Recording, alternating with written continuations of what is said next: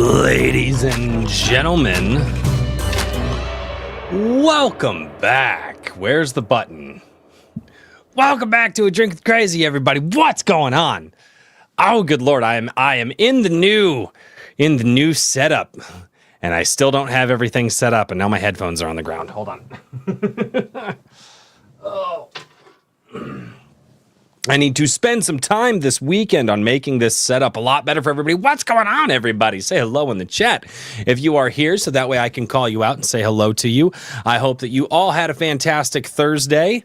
I had a pretty decent Thursday, except for the wind while I was driving, and, you know, all of a sudden you'd be driving and you're doing good, and then your vehicle just wants to merge into not the lane you're supposed to be in. That's always a fun time. What's going on, everybody? Lee Yu, what's going on, dude? I see you in the chat. The like button, don't worry, I'll find it. Oh, I love how my chat's just like, hey, you're supposed to tell people to like the video and subscribe, and I'm so glad that my chat bullies me like this. They're just like, no, it's fine. We'll get it. It's fine.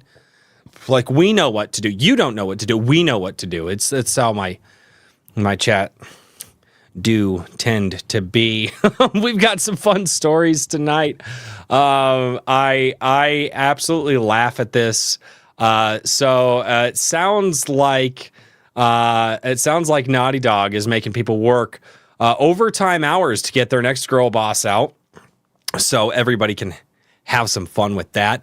Also, apparently, gamers, you are prime targets for spam and scams and your data being sold, which is an interesting story that I found like literally right as I got home. And then AI, the AI conversation in gaming has absolutely blown up this week. So that's going to be something interesting for us to go over. So I'm very excited for some of this conversation. And I only have 3 topics tonight because the last was a very, very long article over on VGC, Video Game Chronicles. So as stated, tonight's show, my chat froze. Oh no. Why did your chat freeze? I don't know what's going on. Got a plague, Liu. No, it was because you said there was a button. Don't worry. We still call you out. Where's the button? Where's the button? I need to get... probably going to ditch my wired mouse and go back to my little like mini wireless mouse for this setup, at least right now. I need to reorganize some things. I need to get my soundboard closer to me. It's a whole setup. However, if you guys have anybody in your thoughts and prayers or anybody that you're thinking about, let's take time, because I know the world's in a rough spot and everybody needs some prayers right now. So let's take a moment, if you guys would, and let's say a prayer for everybody out there in our lives, or even ourselves, to that God can fill us with His grace and continue on the way that we need to, in order to go in the direction of God. So in the name of the Father, and of the Son, and of the Holy Ghost, amen. Our Father, who art in heaven, hallowed be thy name. Thy kingdom come, thy will be done, on earth as it is in heaven. Give us this day our daily bread, and forgive us of our trespasses, as we forgive those who trespass against us. And lead us not into temptation, but deliver us from evil, amen. In the name of the Father, and of the Son, and of the Holy Ghost, amen. As always, I plan on having some fun with everybody tonight in the chat, but I want to make sure that everybody knows, we want to keep people in our thoughts and prayers, and I actively want to do that in this community, because I think it's one of the most powerful things that you can do for those out there who you think are in trouble or needing that extra. So anytime we do that, just keep somebody in your thoughts and your prayers and in your mind, and reach out to God and ask for that grace to be passed on to them.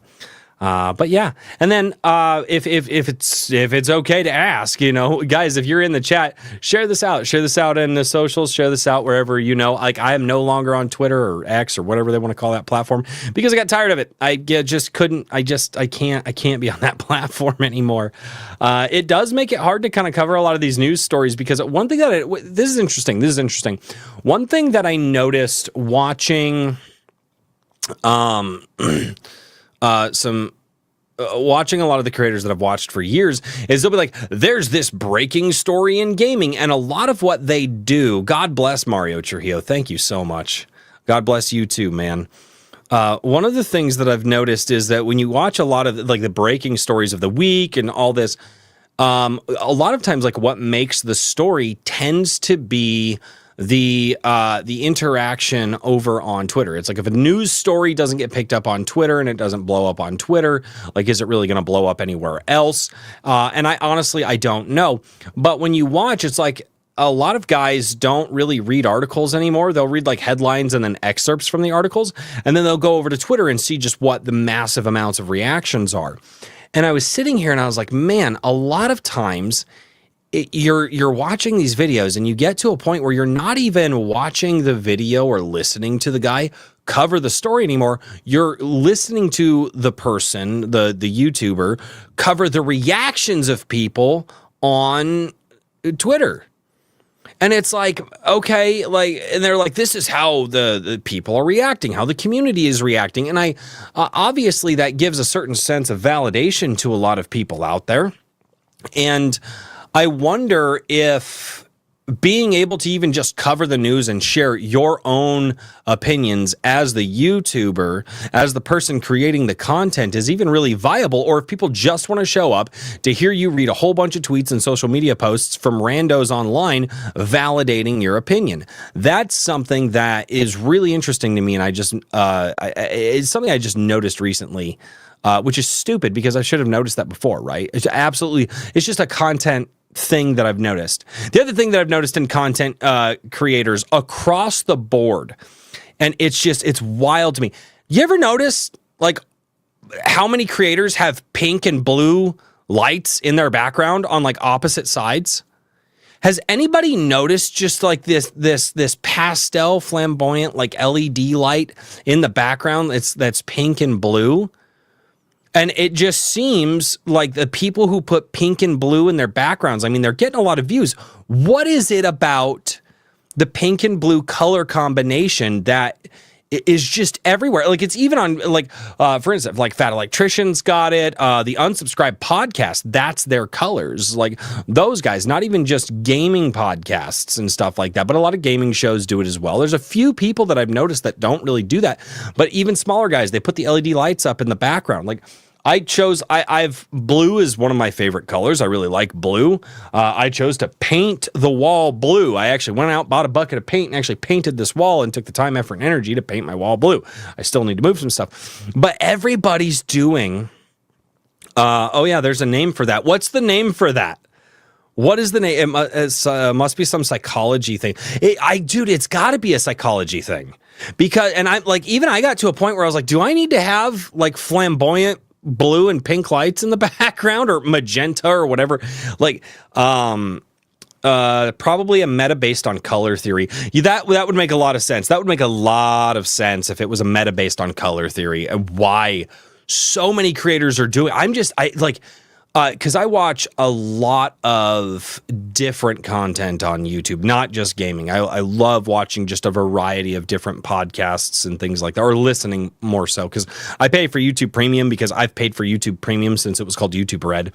But yeah, just really interesting. Like everybody has these just pink and blue backgrounds. And I remember making a video about Avowed, right? How like pink and purple games are dying, and you just see these pastel pink and blues and purples, and that's the highest viewed video on the channel, which I still don't know to this day why it is, but it is, and them's the breaks, I guess.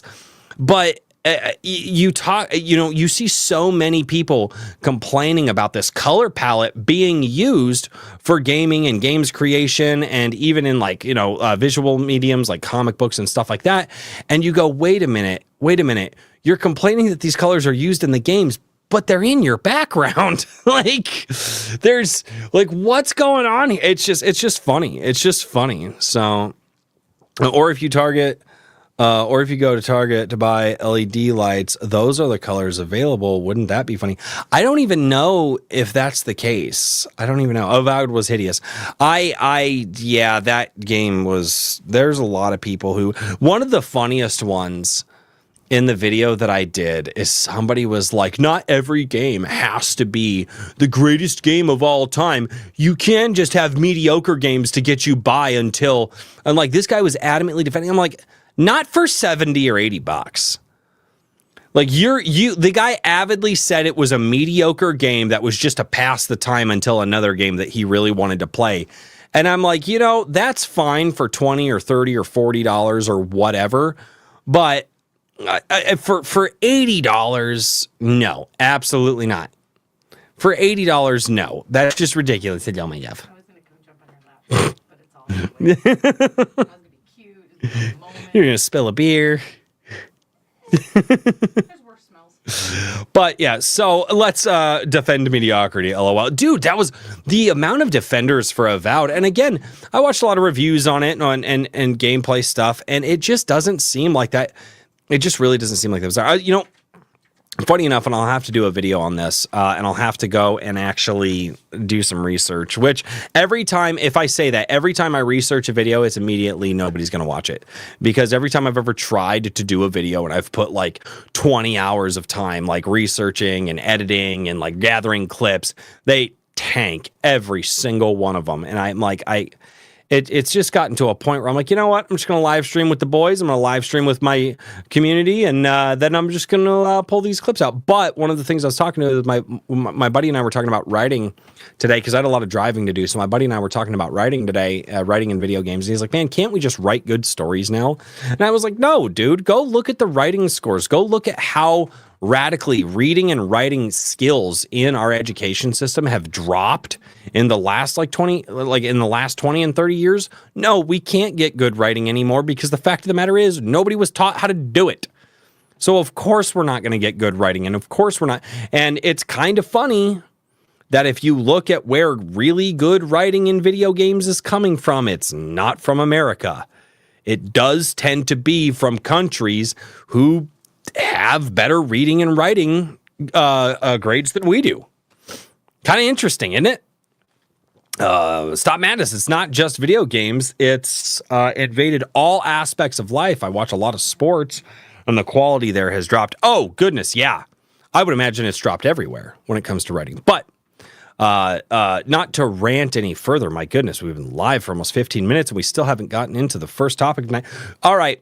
So let's get into this. For those who don't know, to kind of help ease into some of these clips and reduce editing time, what I've been doing is I'll go through the stories. I'll kind of give my full opinions, and then I'll kind of return to the chat. That doesn't mean I want you guys to stop chatting, because I will absolutely read and catch up.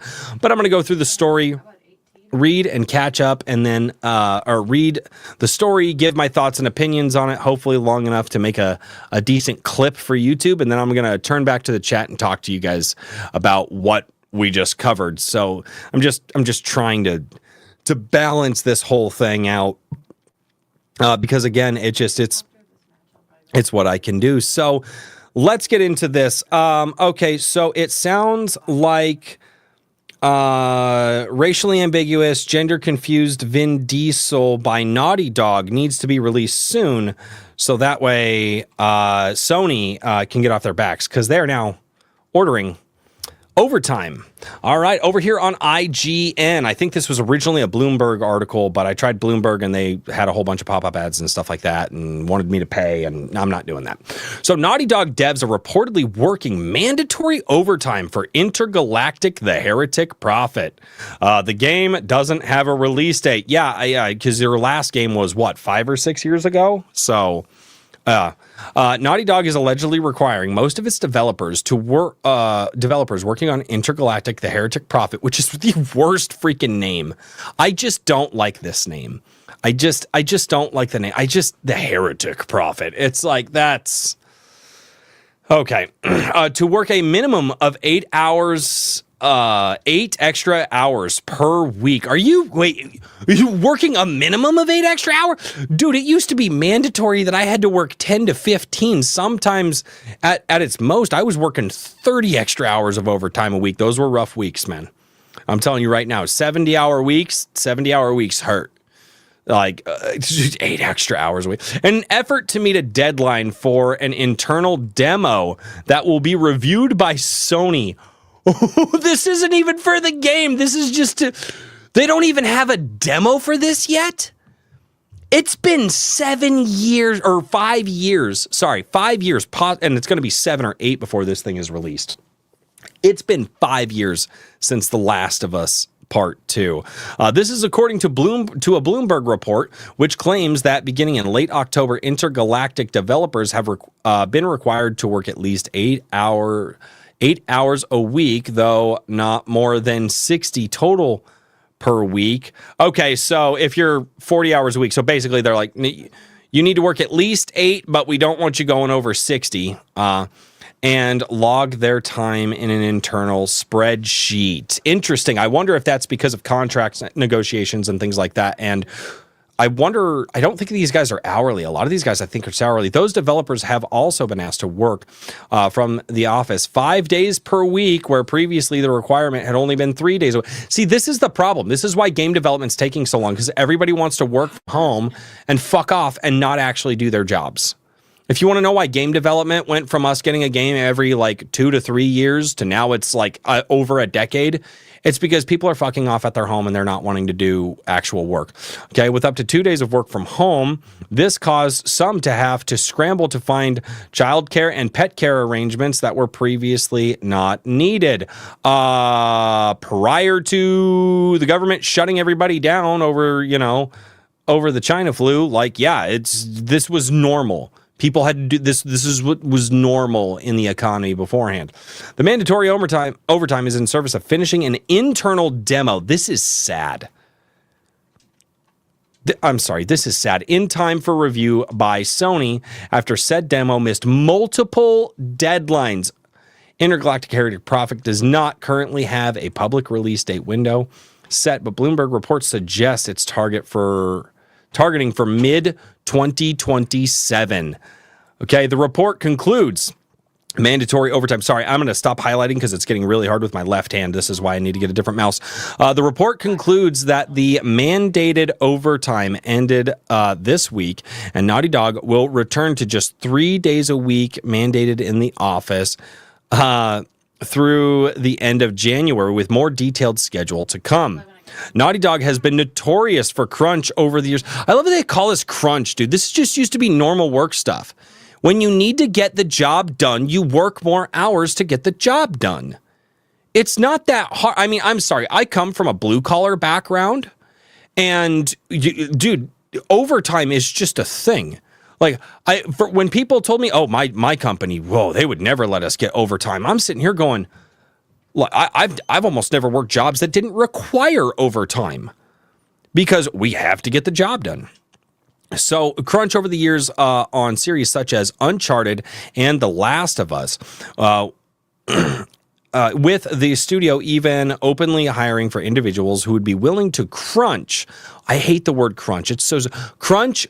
Crunch means I don't know. I look at crunch as you put something in between two other things and it crunches. So basically, we're not going to let you work overtime and get paid more, but you need to get more work done in the same amount of time. That's what I would view as crunch. This is like, hey, we've got a deadline to meet. Well, so I guess in that we've got to meet the deadline. So maybe crunch works here. I don't know. This is just crunch has never sat well with me. It's just some white collar developer word because people have never actually worked a real job. In 2021, studio co-president Evan Wells and Neil Druckmann addressed the issue in an interview with Game Informer, saying that while they wanted to prevent burnout, they didn't want to impose a one-size-fits-all restriction on employees' passion and creativity. That's the whole point of working for a company. I work for this company. That's your one-size-fits-all. They have a way that they work. You can like it or hate it, but oh my God, gee, what? So we don't want to have a structure to get our games done. Maybe that's why Sony is like, hey, why don't you have us a demo yet? It's been 5 years and they don't even have an internal demo. Think about that. We used to get games in 3 years.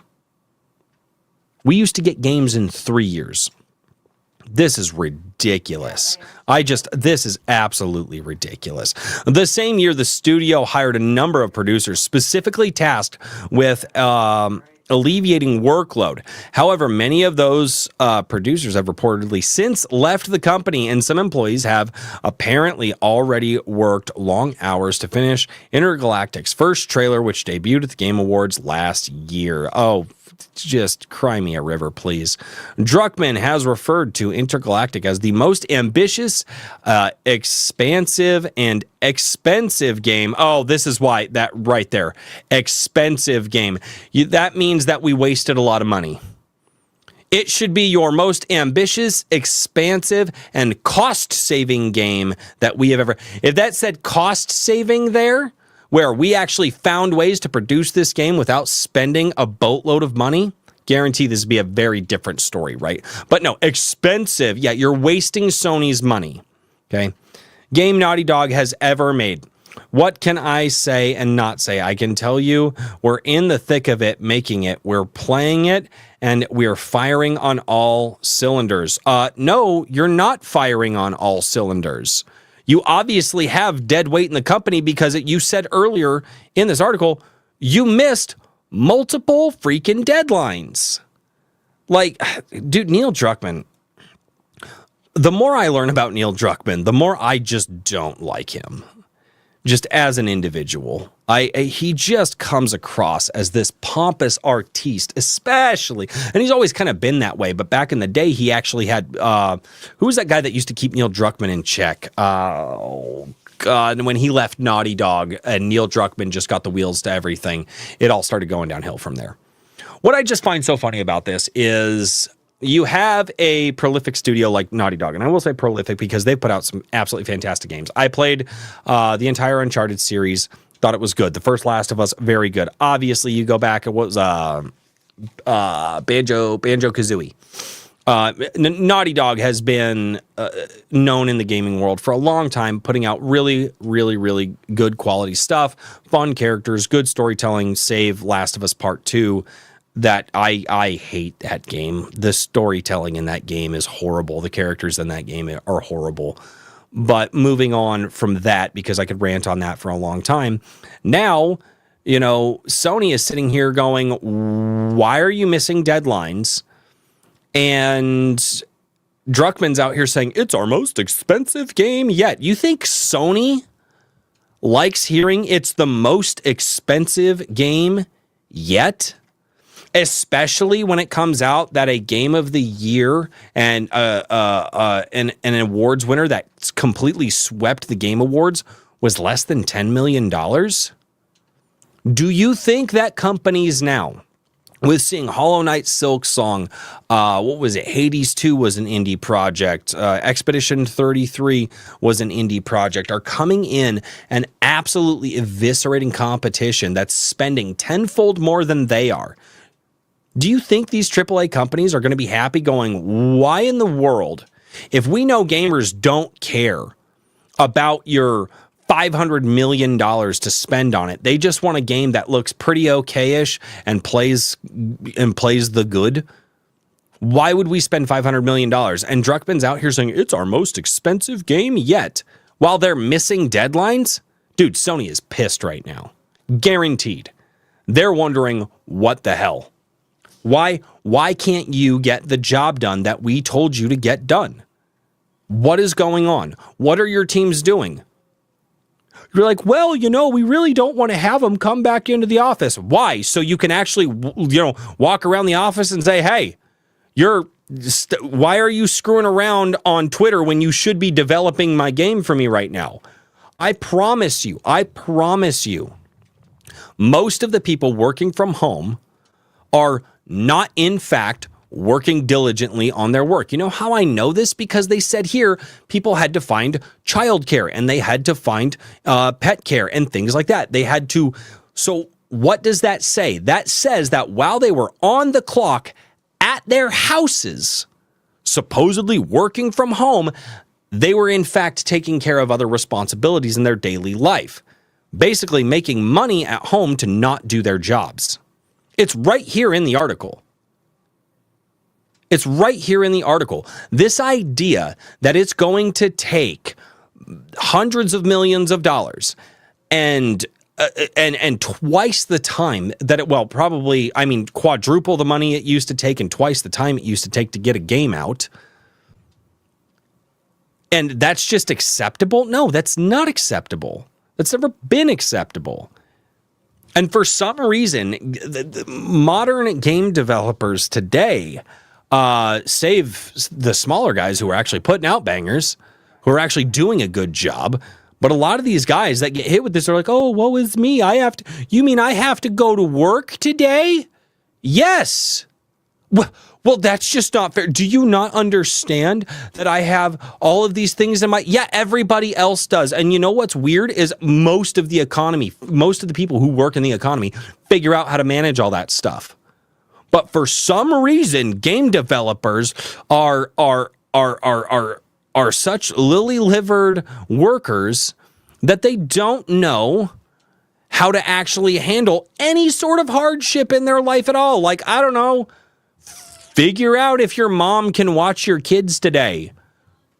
You know, call somebody and say, hey, work this out. Plan. Like, you can't even plan your daily life enough to find childcare for your kids, and yet you're supposed to be well talented enough to meet deadlines and supposedly be this super talented person in your job. Like, that's insane.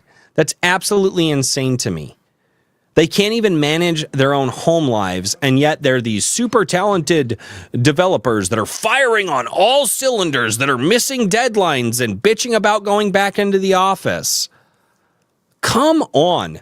We have to work 8 extra hours a week. 8 extra hours a week? Are you fucking kidding me? 8 extra hours a week, dude. Like that, I'm sorry. Again, coming from an industry where I used to have to work 10, 15, 20, 30 extra hours a week, then that's just what we do. That's just how the job is. Like, I do not feel, and again, just Neil Druckmann with this is our most expensive game ever. Yeah, I wonder why Sony is telling you to mandate overtime and stop the shenanigans, because you guys obviously haven't been doing what you need to do. Obviously. No. It's unbelievable to me that these dev times have gotten to where they are, and nobody will just look at these people and say, look, sack up and do the job. You wanted the job and you're not doing it. It's what I said in I just dropped a video about talking about Microsoft today from the last live stream. And it was like, a lot of these studios, what they need to do is they need to go back, they need to find all their talented people, hire back the people who were talented that made some of their greatest games of all time, bring them in, give them some sort of tenure with a good salary, cut a lot of the fat, and then let these guys who know how to make good games run the ship. Guess what? Working conditions are going to change, because these guys are probably going to say, look, you have until this date to get this done, or I'm going to get rid of you and find somebody else who can. And I think that's the problem with a lot of these game developers, is they're not actually afraid to lose their jobs. They're not. And I think they need to be, because how many reports have we heard from game developers, from AAA companies, that are not getting the job done? And it's because of stuff like this. You don't go to a place of employment and then say, oh, but you, like, I need your money to survive, but you have to work around my life. That's not how it works. There is sacrifice involved working for a company. And anymore, it seems like people are like, well, I just don't want to work there because I don't want to sacrifice. And you know how I know this? Because I've met so many people in my life who, when I was like, hey, I know construction jobs that are hiring, no experience needed, hiring dudes off the street for $20 an hour, and people going, oh my gosh, that's amazing. And their next follow-up question, will they work around my school schedule? No, I don't have a car. You know, is that going to be a problem for them? Yes. They're like, oh, do I have to pass a drug test? Oh, fuck. Like, just, yeah, you do. Like, Work is supposed to be a sacrificial thing that we do in order to gain money, in order to gain the things that we need to do to live. And I'm so sick of hearing year after year, month after month, week after week, that these game developers just think that they don't need to sacrifice for what they're doing. You know, if you listen to a lot of the longer interviews with Sandfall Interactive, the guys that did Expedition 33, guess what? They sacrificed. They worked. And they just won Game of the Year, and they're big happy. Everybody applause. Everyone, you know, except for the people who are super mad online that they won all the awards. But come on. You know what? Good for Sony for being pissed off. I don't side with corporations very often because I think they're evil. But you know what? Sony is correct here. These people are wasting Sony's money. They're wasting their time. They're effectively committing theft if they're working from home and they're not actually doing their jobs. And you know what? Good for Sony to say, it's been 5 years and you don't have a demo for us. Why? Why don't you have a demo for us? What say you, chat? What say you, chat? Where are we at with this? Where are we at with this? Let's scroll all the way back up. I got to catch up. Even Wrestling's writing was never great. Yeah, I've heard everything is great. That title is a mouthful. What title? Why would they even release this? I don't know. Man, how far behind are they? I don't know, dude. If you're missing, how many deadlines? They said they've missed multiple deadlines, and they don't even have an internal demo. This is crazy.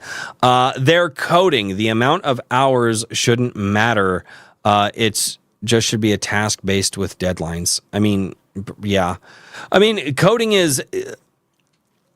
But again, you can see people like, I don't even think they're not hard coding this. They're using an engine and most of the assets are already there. Like you don't go and hard code everything into engines anymore the way that they used to. I want to work from home and not do work too. It would be wonderful to work from home and not do work too. I agree, God Plague. I was about to ask how they're doing crunch time so early, but ain't this just doing a regular shift, right?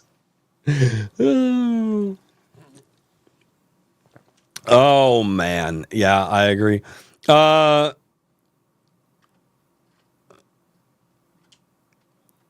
Getting hard with your left hand. Edit that part out. No, fuck off. Shut up. I need to get my wireless mouse so that way I can use my wireless mouse. Going. Oh gosh, overtime happens. Yeah. Yeah, overtime. You know, and what's so funny, too, is up until the last 70 or 80 years, most people just to survive would work all day, every day, just to live from sun up to sundown, sometimes before the sun came up and after the sun went down. That's just how it is. And now everybody has this idea because we've grown up in a time where, you know, apparently you don't have to do that. And now people, it's just like, nobody should have to work more than 40 hours a week. I mean, tell that to the literal rest of human history. Like, very few people in human history ever worked less than 40 hours a week. Just to survive to the next day, people were working 18 hours a day regularly. Just to survive. Like, yeah. Oh man, I remember when Game Informer was still good. Yeah, well, you know, some of us are that old. I really don't like you calling me out like that, but you know, this would never fly in Japan or China. Japan or China are on the total opposite thing. They're just like, you're going to work 22 hours a day. You're going to sleep in the office for 2 hours and then you're going to head it back. That's kind of the opposite of it, right? That's like the opposite side of this. It's their Star Citizen. Oh my, Citizen Druck. Oh my gosh. Oh, can you imagine? Yeah, it's so. Oops, time to run for family night. Hey, have a good family night. Gotta play. Good to see you, dude. Hey, what's going on? Animation Overlord. What's Overload? Animation Overload. Ratchet and Clank. You mean? Yeah, it was Ratchet and Clank. My bad. My brain did a brain thing that yeah. Sorry. Yeah. These people didn't have kids. I mean, or don't have kids, I should say. I mean, no, a lot of them probably do. Work is serving, not self-serving. It is. It very much is. Absolutely. At work, thought I would give a friend a like and have a blessed day. Thank you so much, Maji-chan. Thank you so much. Liu, Cyberpunk 2077 took 9 years to release. Note, they only actually developed it for 5 years. And when it released, does anybody remember the state that it was in? Because that game was not good for like 2 years afterwards when they dropped the Phantom Liberty DLC. And Wrangler came in and dropped the first super chat of the show for 420. Thank you so much, Wrangler. I appreciate you, dude. I hope you're having a good night. Yeah, I find this laughable. And guys, and here's the moral of the story. You can't keep Sony from their girl bosses. They paid for a girl boss. They want girl boss now, right? They don't want you. Sony does not want to hear we have girl boss at home. You can no. They want new girl boss now. They haven't had a girl boss since Ghost of Yote. Oh, it's so funny. It's so funny. I just laugh at some of these things, man. I just do. Oh, goodness. Wow, that was bright. That was very bright. Ugh. Websites. Why? My corneas are going to burn out from just staring at this stuff for too long. Ugh. Oh, man. Yeah. Moving over to Tech for Gamers. This is a really interesting one that I saw today, and I have not even looked at this story yet, but I'm very interested in exactly what it's going to say here. Why gamers are prime targets for data brokers and scammers. Gaming connects everything you do online, and that visibly comes with a cost. The more active you are, the easier it becomes for others to track, profile, and target you. Well, I feel like everybody should know that already. Anything you do online is, yeah. Gaming isn't just about playing anymore. It's about accounts, profiles, friends lists, stats, purchases, chats, and sometimes even an audience. For most of us, that all feels normal. We log in, play a few matches, maybe jump on Discord and move on. But from the outside, gamers look like the most trackable groups, one of the most trackable groups on the internet. Gamers aren't targeted because they're reckless or naive. They're targeted because they're active, predictable, and easy to recognize across platforms. You guys hear that? You're predictable. You're predictable. They know what you do. They know how you do. And they know that you're active about how you do it. When you stack years of logins, usernames, and social connections together, you end up with a very clear digital trail. And that trail is exactly what data brokers and scammers look for. Unfortunately, it's just how the modern internet works. Most online activity is short term. People sign up for a site, forget about it, and move on. Gaming doesn't work like that. Well, hold on. So here's the thing, too. People sign up for a site, forget about it, and move on. And one of the things, okay, be safe. And one of the things that people need to understand about the people sign up for a site and forget about it, you're still giving over your data. You're still giving over your email address. And what a lot of these data brokers will do is they'll go and you can search it on Google, and they can find your email address on Google with a bunch of your personal information, past addresses, possible phone numbers, possible relatives, and stuff like that. It's absolutely insane for those of you who are old enough to remember phone books, do you remember how much information you could find in a phone book about a person? It was absolutely insane. It had everything there. Guess what? Google now has all of that information readily available. All of your information has always been available to the public, generally, if you have a mailing address. Difference is, it's being used very differently or it's being used to the nth degree now, because again, they used to do a lot of this stuff, just paper marketing, snail mail, as they call it. Okay. And it says gaming doesn't work like that. Gamers often stick with the same accounts for years. A single player might regularly use a main platform account, several game publisher accounts, Discord community forums, and maybe a streaming or video platform. Even third-party stat sites and leaderboard trackers get added into the mix.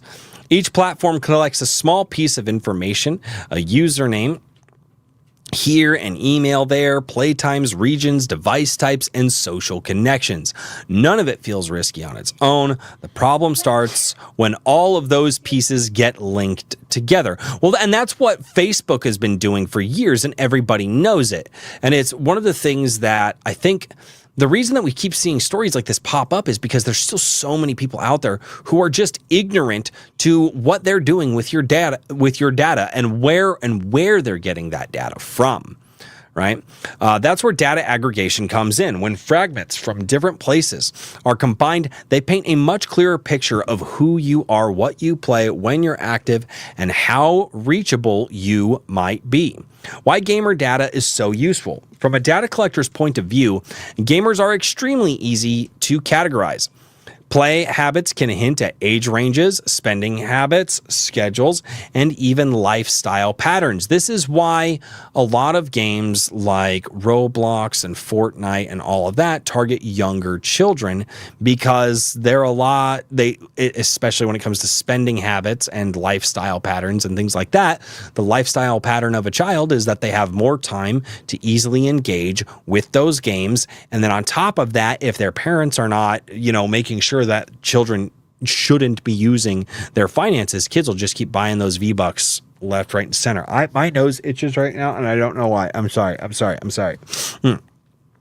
Someone who logs in nightly, buys in-game items regularly, and stays active in multiplayer spaces is far more predictable than the average internet user. What makes games stand out is consistency. Accounts don't disappear after a few months. Usernames stick around, and activity keeps coming back. That makes gamer profiles easier to maintain and update over time. Once a profile exists, it doesn't really expire. It just keeps growing. That's really interesting.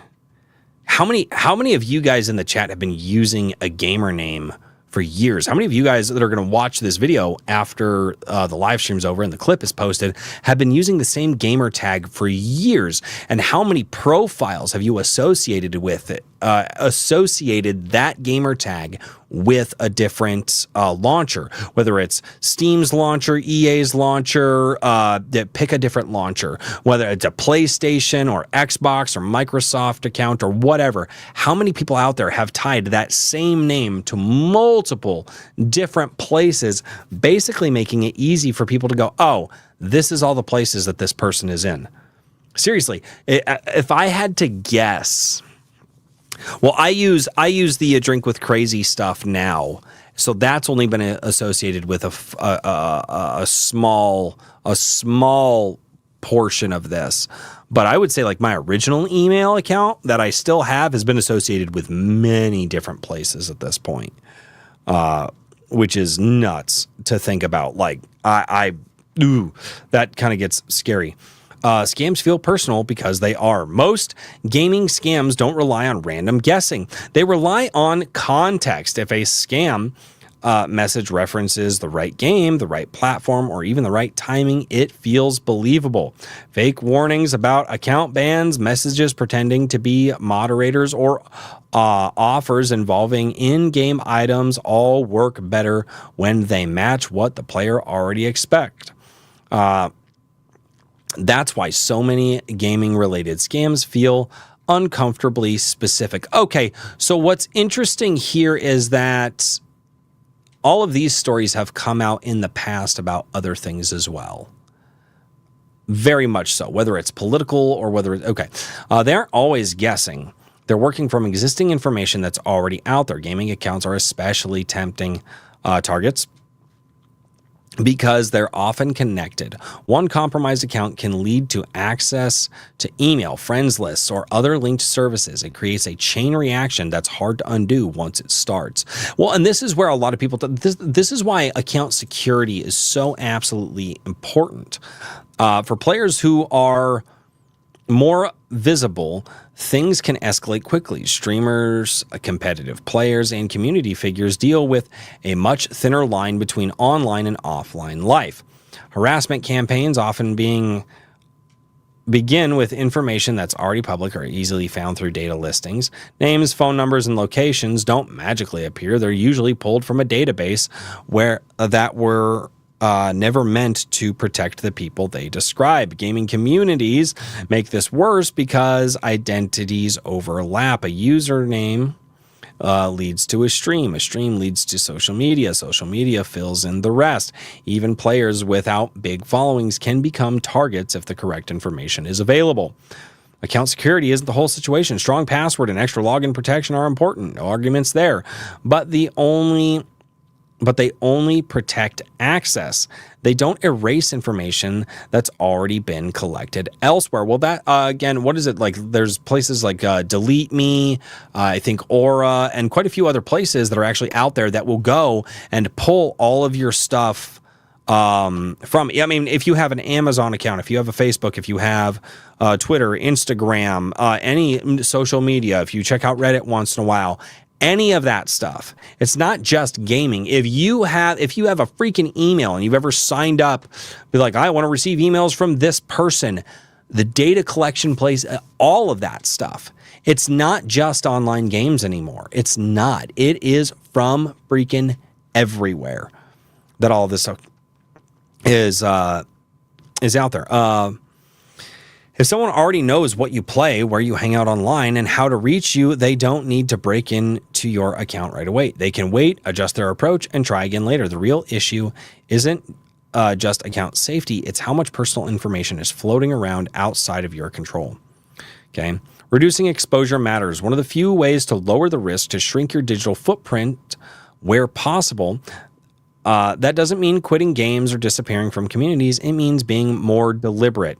You can use data removal services to target the source of exposure rather than the symptoms. Automated services like Incogni handle these requests at scale, submitting removals, tracking responses, and reissuing requests when data reappears. Using separate emails for gaming, avoiding the same username everywhere. That's a big one, right? Locking down public profiles and keeping personal details off easily indexed sites all make a difference. These changes don't stop every threat, but they make targeting harder and less accurate. When attackers have worse information, their success rates drop.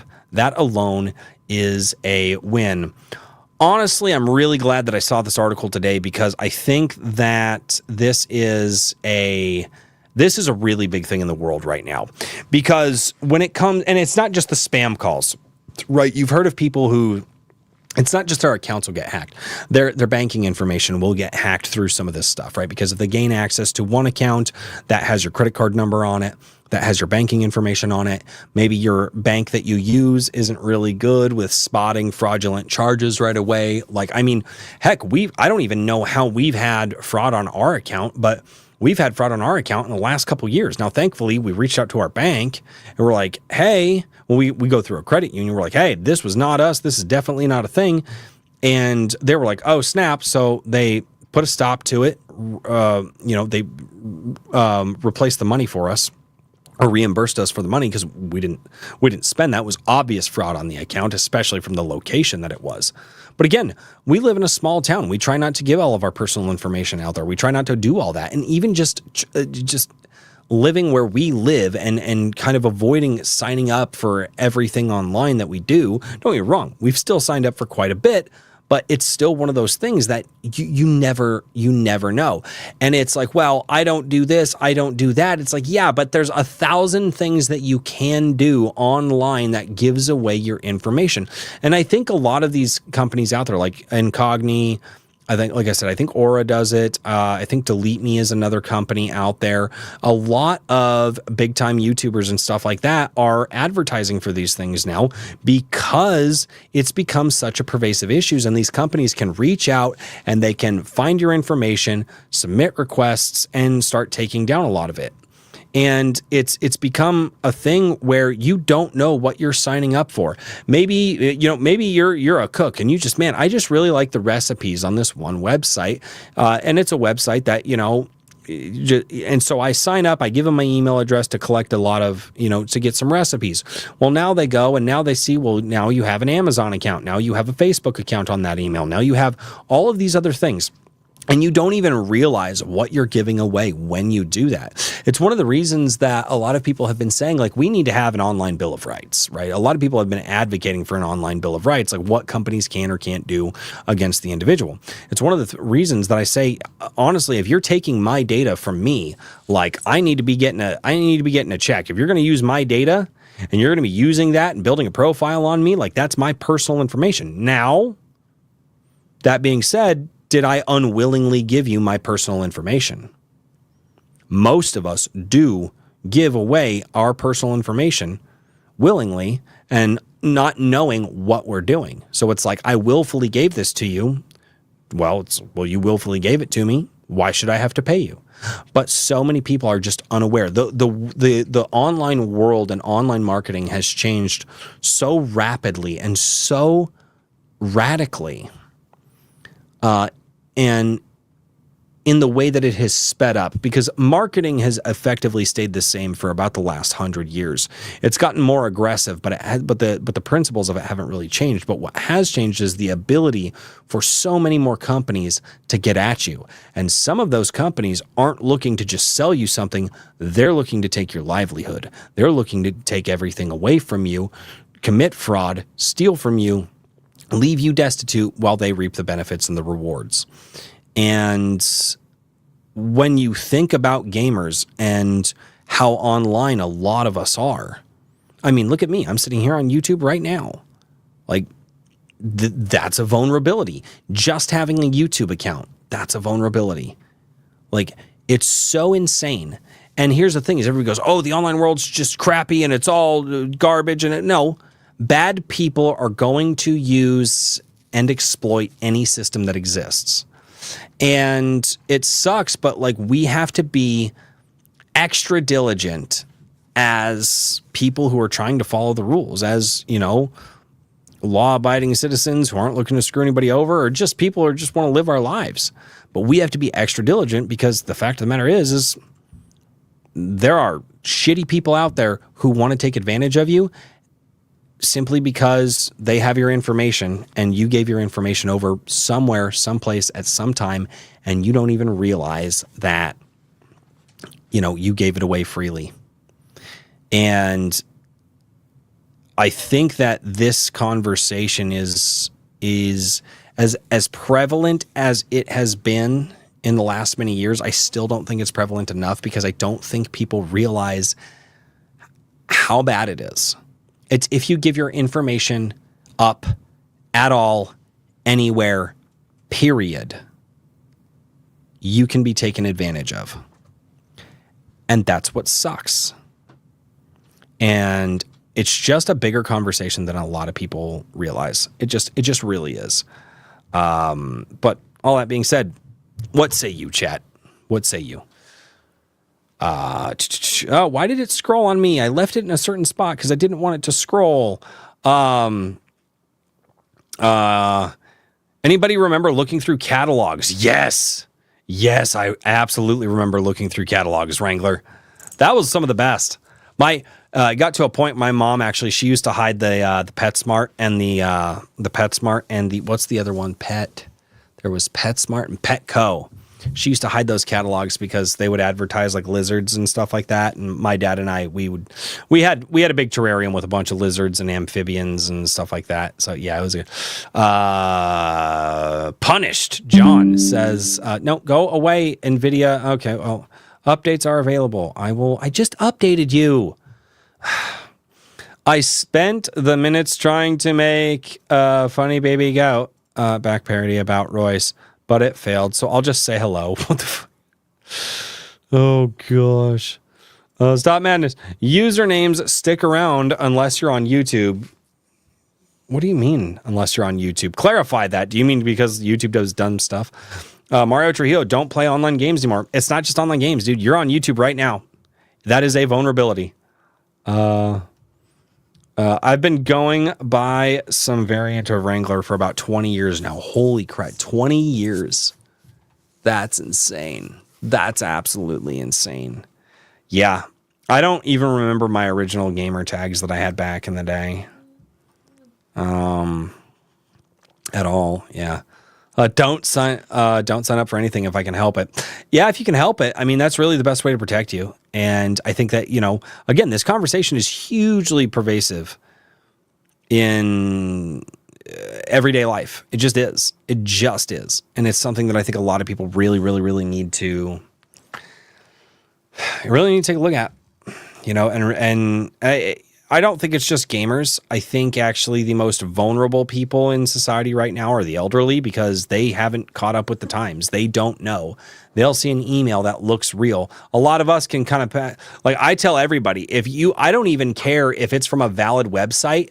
I tell people all the time, if you get a notification that's like, hey, your credit card didn't work on the account. Like, well, it's like sometimes because for some reason, like we'll forget like an old debit card or something.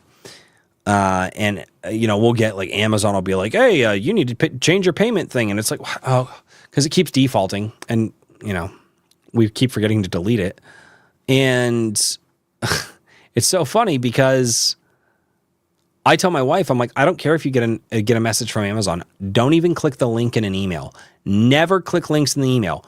Go to the app or physically go to whatever browser you have and go to the website. I tell people all the like sometimes people will send me links and stuff like that from websites, like people that I know. And I'm like, hey, not to be rude, I don't know that website and I don't click links on websites that I don't know. And I usually verify a lot of the websites and stuff. Like I don't click links. I tell people all the time, like I don't click links. What website can I, and I will physically type in the website. I'll say, hey, I typed in the website, tried to find it, couldn't find it. And they're like, oh, well, I sent you the link. I'm like, I don't click links. Nope, not today. Not like literally. That's the thing. You could get a link from somebody that looks like someone you know. They just copy an account. And it looks like somebody that you know. And you click that link and all of a sudden, bam, you've been opened up. It's terrifying, dude. And if you've ever worked for a company that has to deal with this stuff, it's crazy. It's absolutely crazy. Absolutely nuts. All right. Over here on Video Game Chronicles. The AI conversation has been afoot this week. Have you guys been seeing the AI conversation this week when it comes to Larian Studios? It's been fun. It's time to face reality. AI is here to stay. Kingdom Come Deliverance Studio head responds to Larian backlash.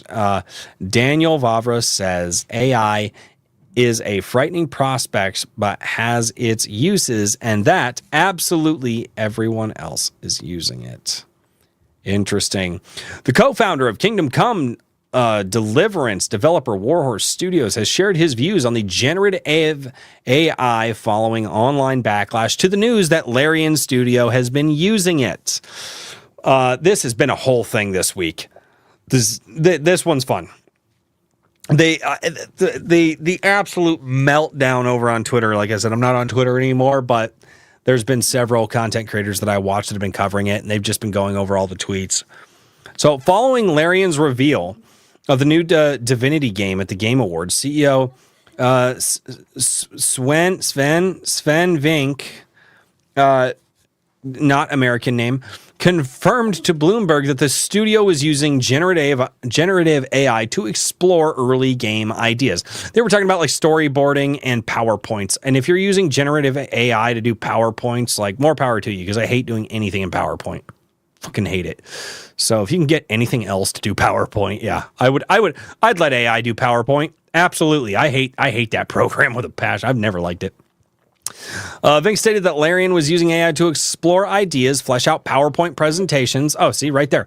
Develop concept art and write placeholder text. Oh, yeah. So crap that they used to do already. If I'm not mistaken, they used to do all this crap already anyway with they would go out and they would get like comic book panels and like other video game like panels and stuff like that. Like they weren't like sometimes they would go and actually create it all from scratch, but a lot of the times people would cut corners and do that.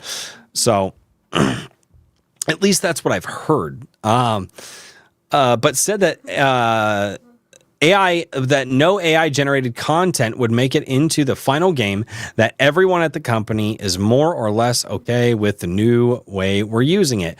If you're using it to just help your employees out, fine. If your employees are cool, as long as you're not firing people and saying, we're going to get rid of our employees, because that's what I don't like. You shouldn't be replacing people with this stuff.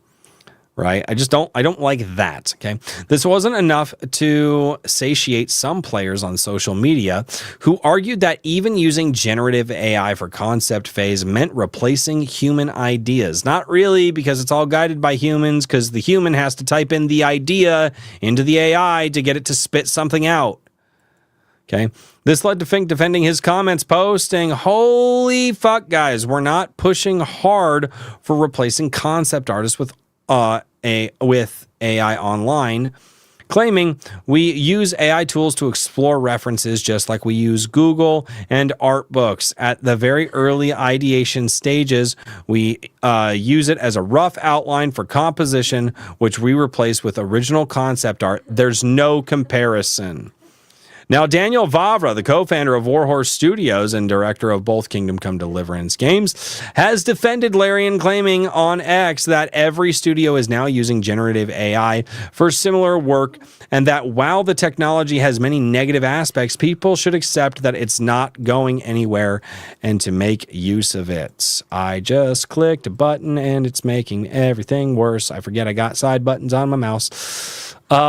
This AI hysteria is the same when people were smashing steam engines in the 19th century, Vavra wrote. Maybe, yeah. I don't think it's quite that. Larian said they were doing something that absolutely everyone else is doing and got an insanely crazy shitstorm. Potentially, yeah. I've seen someone accuse us of using AI in Kingdom Come Deliverance 2. I don't know anything about it except that I use Topaz Labs to upscale some of the AI elements from Kingdom Come Deliverance 1 and some of the low-res textures. I'm no fan of AI-generated art, but anyway, it's time to face reality. AI is here to stay with us. As frightening as it may be, that's the way it is. Personally, it scares me the most in the music because you can't even recognize AI there anymore. Yeah, there was a country song that hit Billboard, that hit #1 in Billboard, and it was totally AI, and nobody knew. Like music's cooked. If you're a musician today, like it's bad. It's bad.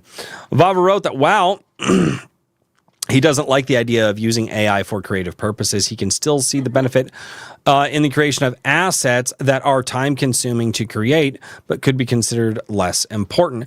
I mean, if the concept designer is creating it and then just saying, "Hey, AI, here's my concepts, help me populate," that's a different story. "Hey, here's my concept art, AI, do texturing and shadows so I don't have to do texturing and shadows." Very, very different thing there. Very, very different. Sorry, my daughter's over here laughing in the background. You're ruining the stream. She doesn't care. She can't even hear me. Vavra, you know what I hate the most about making games, he explained? The fact that it takes 7 years and 300 peoples and tens of millions of dollars to make, and the fact that Tom had to spend 500 hours in their studio recording completely generic heckling and generic bars.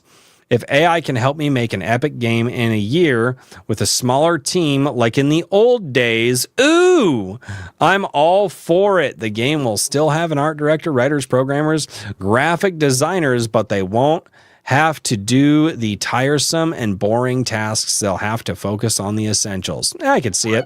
I mean, that's what a backhoe does, right? A backhoe got rid of a lot of people with a shovel, but, you know, it gives you the ability to use smaller teams and dig a bigger hole. It's just how it's be. That's how technology is. Right? I have ideas for lots of games, but I'm 50 years old, and so far, it's taken me 7 years on average to make one game. If AI helps me realize those ideas faster, I'm all for it. I mean, it's kind of a good point. I mean, no, let the little one troll you. It's funny. It's addressing the issue of AI being used to replace voice actors, something that's been a source of recent debate due to its use in Arc Raiders. Okay. That whole Arc Raiders thing, they hired voice actors, had them record a bunch of lines, and then even told the voice actors that, hey, do you sign over the thing so we can use your voices? And AI is just going to use your, like, and they paid these voice actors, and the voice actors said, yeah, cool. We're going to take our bag of money. We're going to give you our voices just for this project. But that way the AI can go in and use their voices and just instead of them having to record tens of thousands of hours of audio, the voice actors probably only had to record a few hundred, and then the AI can kind of take over and tweak and specialize lines in specific instances in the game. Those voice actors were paid. They were notified what was going on. They weren't stolen from. They agreed to the job. That shit needs to stop. That is yeah. So Vavra again argued that it could be useful for less meaningful dialogue, while the most important dialogue should still be handled with real voice actors and motion capture cutscenes, which is what they freaking did. Wouldn't it be nice if you could ask anything in an RPG, he asked, like maybe someone on the road for directions or what they think of their neighbors. We already have tools. Actually, where the winds meet is doing stuff like that, or where winds meet is doing exactly that, right? 11 Labs can do it, where you can script an NPC character, their knowledge and opinions, and they talk to you about anything. For non-story stuff, this is an absurdly revolutionary development from a player point of view, and you can't record it with an actor because it has infinite variations. But what you can record are cutscenes and story dialogue. You don't need an Oscar-level performance when ordering sausage in a pub or when asking how to get to the castle. See, and this is the stuff where I kind of agree with it. So, okay, we've got, all right, there's just a few more paragraphs here. I knew this was going to be a very long one. But again, stuff like that is perfectly fine. I don't see an issue with that at all, especially when you're trying to give these absolutely massive game experiences to people. It doesn't make any sense to me why you wouldn't do it. Robert concluded that the growth of generative AI in the industry is inevitable and that people needed to get on board with it. Programmers have, stop it. There we go. Programmers have a problem. The work of most of them will probably not be needed very soon, he wrote. We will have software architects and AI will do the programming very soon. Resisting this is probably as meaningful as resisting the use of a sewing machine in the textile industry or going back to riding horses. While we could use planes and cars, how many horse breeders lost their jobs thanks to Henry Ford? I mean, this is the argument, right? Who and how will recognize if the game was programmed by a human or AI, and who would want to spend months of work and hundreds of thousands of dollars when the same thing could be achieved in minutes for free? The whole AI revolution may mean the demise of humanity. Nobody knows now, but it may also mean that anyone at a fraction of the current cost will be able to implement virtually any grand idea, make a game, and will be easy as writing a book. I mean, well, I know a lot of book writers. It's not easy to write books. It takes those guys years to write it. So there will be more games. We'll see the return of niche genres. Some games will be better, maybe just a few. There will also be a lot of trash, but who cares? There's also a lot of trash now. Go to Steam. There's a lot of most of the games on Steam are hot garbage. Let's just face it. Okay. There's a lot of average trash in books or music for years. Yeah, there is. It will also be an end of most big publishers and Hollywood as we know it. Oh, that makes me happy. Okay, I'm good. AI. If AI is going to kill Hollywood, I'm good with it. If AI gets rid of Hollywood, we're good. We're good. We're good. Nobody will need their money and resources anymore. What we saw with the boom of the indie scene, thanks to Steam, we'll see with the AAA games, thanks to AI. Or Skynet will destroy us before all that. Either way, there's no stopping it. Oh boy, I don't like how he ended that. No, and man, that's a lot of ground to cover on this topic. But no, it's very true. The fact of the matter is, everybody online right now is talking about how as long as you just screech louder, these companies are going to stop using AI and they're not going to develop any video games using any AI at all. That is factually a lie. Reason being is because most of the companies developing the tools for game development, right, are incorporating AI at the deepest level of the tools, so there's no way to get around it. There's no way to get around it. And when given the option to spend 100 hours doing something or reduce that down to 20 hours while you work on the more important things and just have a background program to touch things up for you, or test certain things and limitations so that way you can see where the break points are. Would you rather spend 100 hours of that time, or would you rather spend 20 hours of that time, spend less money on the game, get the games out faster? I'm sorry, this is a losing battle here. It's all going this direction. And the fact of the matter is, at the end of the day, when games come out, nobody's going to care. Customers are not going to care. Just like the listeners didn't care that a country song that was completely written by AI went to the top of the Billboard charts. Right? Just like people watch AI videos online right now, AI shorts right now, and they laugh their asses off. I saw an AI short around Halloween, a raccoon riding a bear, and then a Halloween skeleton popped up and scared the bear, and the raccoon flew off, and man, I laughed my ass off. And you know what? It was a funny video. Somebody was like, this is AI. I'm like, you know what? I don't care. It was funny. It was. But that's the thing. At the end of the day, I think what we're staring down the barrel of is a losing battle here.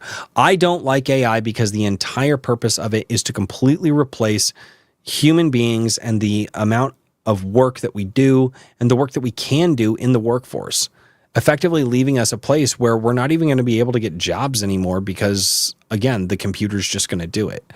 I don't like that prospect. That scares the hell out of me. I really don't like that prospect.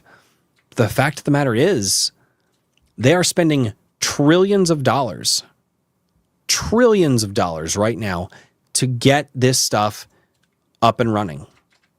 They are decimating areas. They're taking up water tables. They're doing all this stuff. They are full send on this. And and I'm telling you right now, a couple million people bitching online does not add up to trillions of dollars. And they're not going to back down from this. They're not going to back down on this. And it's a terrifying prospect. But at the end of the day, maybe people get smart and they say, okay, maybe they get smart and say, hey, it's just going to be a tool. Or, oh, by the way, it's not as smart as we thought it was going to be. And so here, it's just a tool. It's just an extra search engine. It's just an extra thing that you can use in Photoshop. And that's where it stands. That'd be cool. But if these companies want to keep spending trillions of dollars on it, I don't think a few voices online are going to stop it, as sad as that is. And people have been joking that they're just human centipeding right now. The money for like 4 or 5 companies is just revolving and just constantly changing hands to make it look like it's actually doing anything, and it's not. But it makes that stock number go up. Sad to say, but I'm not going to blame game developers for trying to reduce the amount of workload that they have.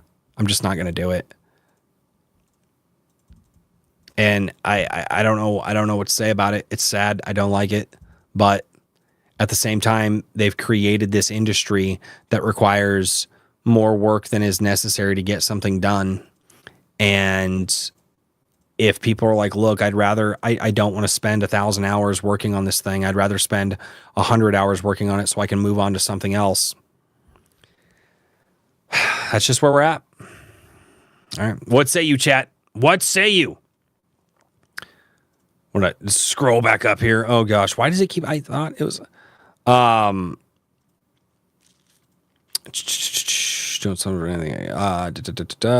Same. I don't trust any company at the moment. Yeah. Maji-chan, I don't trust any company at the moment either. AI has made researching so much better. It really cuts through all of the fluff to the information I'm actually looking for, yet somehow my favorite AI is one I can't use. Max Headroom. What? I don't know what that is. Are you joking with me? Is that a joke that I'm missing? Probably. This feels like actually using it as a time saver and not letting Skynet make the game. I think that's what they're trying to go for, is a time saver, Liu. Yeah, that's absolutely correct. I think that's what they're going for. Mario Trail, nah, let the little one troll you. It's funny. Oh yeah, I read that. You caught me off guard with that in the middle of the article. No, she's not trolling me. She's just listening to funny videos and playing a game right now. Hello. Mario Trio voice actors might just end up as a small parts makers versus full on the fabrication. They are now, fabricators there now. Yeah, probably. I see what you're saying. Yeah. They might end up in more of a niche part of the industry, or like, hey, you voice act real good. We really want to record these specific lines from you and these inflections from you, so that way the AI can use your voice. And I mean, as long as they're getting paid good, I mean, that's cool. Yo, what's up with the new setup? Hi everyone. Ram, what's going on? I wanted a comfortable place to game and stream from. I absolutely hated my office chair. I didn't like the setup that I had before, so I completely adjusted it and changed it. I still have a lot of stuff I have to change. I've got to get my soundboard is still over there. It needs to be this way somewhere. I need to probably get a wireless mouse again, so that way I can, use a mouse right-handed instead of left-handed. But what's going on, Ram? I haven't seen you in a while. Ram, why are rates getting so high? Oh gosh, wait. What, Ram's charging rates? I did not know this. I had no idea that Ram was charging rates. But that's basically everything that I have tonight, guys. I think some of these stories are just fun to cover. I try to find, I try to look for like stories covering like indie comics and stuff like that, but I don't ever see a lot of compelling articles and stuff talking about like indie comics and indie movies and stuff like that. Maybe it's just because I'm not looking in the right spots. But if you guys have any, recommendations for where I can go, or you just see some fun articles that you want to cover, it doesn't have to be about gaming. I just cover gaming because I largely pay attention to that, just because that the gaming, it just moves quickly. Just news and stuff like that moves quickly. But ladies and gentlemen, I absolutely appreciate everybody tuning in to the live stream.